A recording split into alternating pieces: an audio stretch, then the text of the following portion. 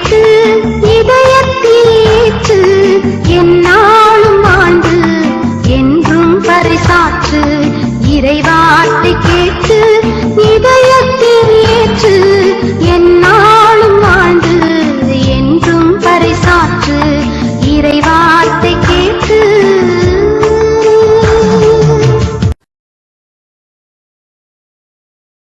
இயேசு கிறிஸ்துக்குள் பிரியமானவர்களே, அருமை ஆண்டவர் இயேசு கிறிஸ்துவின் பரிசுத்தமுள்ள திருப்பெயரில் நல்வாழ்த்துக்கள். த வாய்ஸ் ஆஃப் காட், தெய்வத்தின் குரல் ஒளி.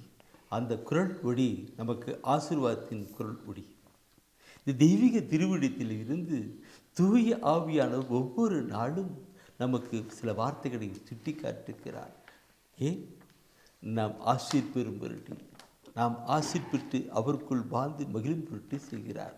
இந்த நாளிலும் ஆண்டவர் தருகின்ற அந்த வார்த்தையை, அருள் ஓசையை தூய ஆவியின் துணை கொண்டு நாம் கேட்க கடந்து வரலாம். Holy Spirit of Jesus, Holy Spirit of Jesus. இனச்சட்டம் 11ஆம் அதிகாரத்திலே 18 அன்று 19 வசனத்தை நாம் காண்பிக்கிறார் தூய் ஆவியானவர். முதலாவது 18வது வசனத்தை நாம் பார்க்கலாம். என் வார்த்தைகளை உங்கள் நெஞ்சிலும் நினைவிலும் நிறுத்துங்கள். என் வார்த்தையை உங்கள் நெஞ்சிலும் நிறுத்துங்கள். உண்மையாகவே பெற்றோர்களுக்கு இருக்க வேண்டிய காரியங்கள்,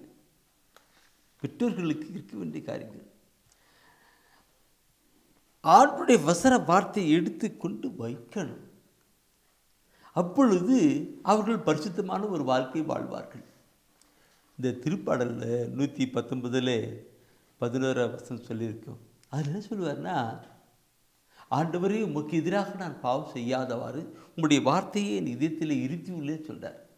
அப்போது ஆண்டுடைய வார்த்தை, கட்டளை நம்முடைய இதயத்தில் இருக்கும் என்றால் நாம் பாவம் செய்ய மாட்டோம். அருமையான வார்த்தை இந்த வார்த்தை. இந்த கருத்து நம்ம எப்போ பெற்றோர்கள் தன்னை பார்த்துட்டு அவற்றை என்ன பண்ணணும்னாக்க பிள்ளைகளுக்கு அடுத்து சொல்லிக் கொடுக்கணும். அடுத்து 19வது வசனத்தை நீ படித்து பாருங்க. என்ன சொல்லுது 19வது வசனத்தில்? நீங்கள் அவற்றை உங்கள் பிள்ளைகளுக்கு கற்றுக் கொடுங்கள். நீங்கள் அவற்றை உங்களுடைய பிள்ளைகளுக்கு கற்றுக் கொடுங்கள். நீங்கள் வீட்டில் இருக்கும் போதும், பயணம் செய்யும் போதும், பயணம் செய்கிற பொழுதும், படுக்கும் போதும், படுக்கிற பொழுதும், எழும்போதும், எழுகிற பொழுதும் அவற்றை பேசுங்கள். இந்த கருத்தை பார்க்கணும். இந்த கருத்தை இறைச்சட்டத்தில் நம்ம 11ஆம் இதில், இதுவே 6ஆம் அதிகாரத்தில் 6-7 வசனத்தில் கூட இதே கருத்து சொல்லியிருக்கிறார். மீண்டும் ஏன் இப்படி சொல்கிறார்? 6 சொல்கிறார், 11 8 12 19 சொல்கிறார். ஏன் இப்படி சொல்கிறார்? நான் மீது அளவற்ற அன்பு வைத்திருக்கிறார். பெற்றோர்களே உங்களுடைய பிள்ளைகளை நல்ல பிள்ளைகளை வளர்த்துங்க. இன்னைக்கு அப்படி வளர்த்து அது என்ன நினைக்கிறதுக்கு அவர்கள் தவறான வழி போயிட்டுருக்கிறாங்க. கொண்டு வரணும். வயது மனசில் இவங்க அப்பா அம்மா அவங்க இறைவசன வார்த்தையை வாசித்து பரிசுத்தப்படுத்தி வாழ்க்கையில் பரிசுத்தமாக இருக்கும் பொழுது அந்த நிலையே பிள்ளைகளுக்கு 5 வளையாது 50 வளையாது சொல்லுவாங்க இல்லைங்களா? அப்போ என்னக்கு சின்ன பிள்ளைகளாக இருக்கிற பொழுது அவங்களுக்கு சொல்லிக் கொடுக்கணும். கண்ணு ஆண்டவர் அப்படி சொல்கிறாரு, பைபிளில் ஆண்டவர் சொல்லியிருக்கிறார், இப்படி சொல்லியிருக்கிறான்ட்டு சில வசன வார்த்தைகளை அவங்களுக்கு நான் சொல்லிக் கொடுக்கணும். வார்த்தைகள் சொல்லுங்க. அந்த பிள்ளைகளும் அப்படியே கடந்து வருவாங்க.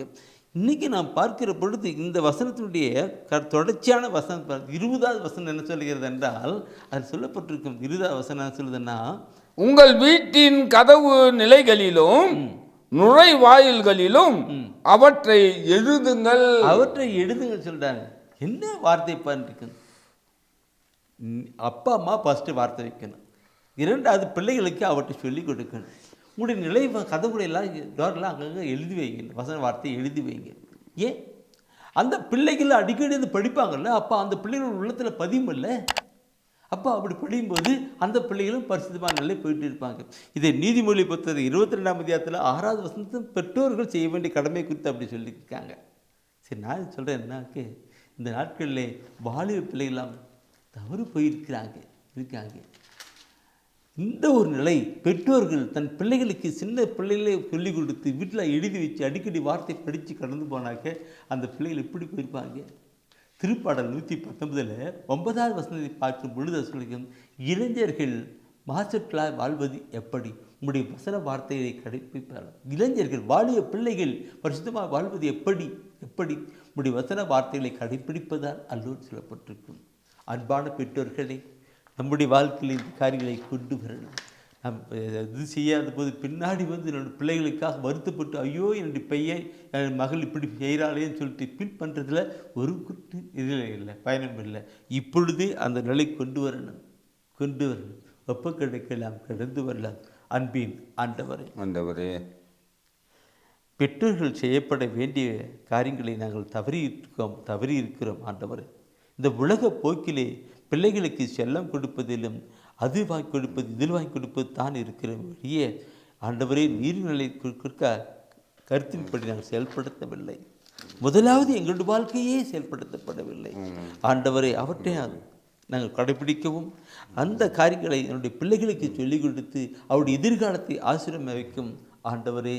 இன்றே நாங்கள் தாழ்ச்சியோடு கூட ஒப்புக் கொடுக்கிறோம் ஆண்டவரை. இவற்றை செயல்படுத்தி கொண்டிருக்கிற ஒவ்வொரு குடும்பத்தின் நீர் ஆசீர்வதித்து வழிநடத்துவதற்காக நன்றி செலுத்துகிறோம். தொடர்ந்து ஆண்டவர் உம்முடைய கிருபை ஆனது அருளானது எங்களை வழிநடத்துவதாக. எங்களுக்காக மரித்து வைத்து வாழ்ந்து கொண்டிருக்கிற எங்கள் அருமை ஆண்டவர் இயேசுவின் திருப்பெயரிலே பிதாவே, ஆமென். ஆமென்.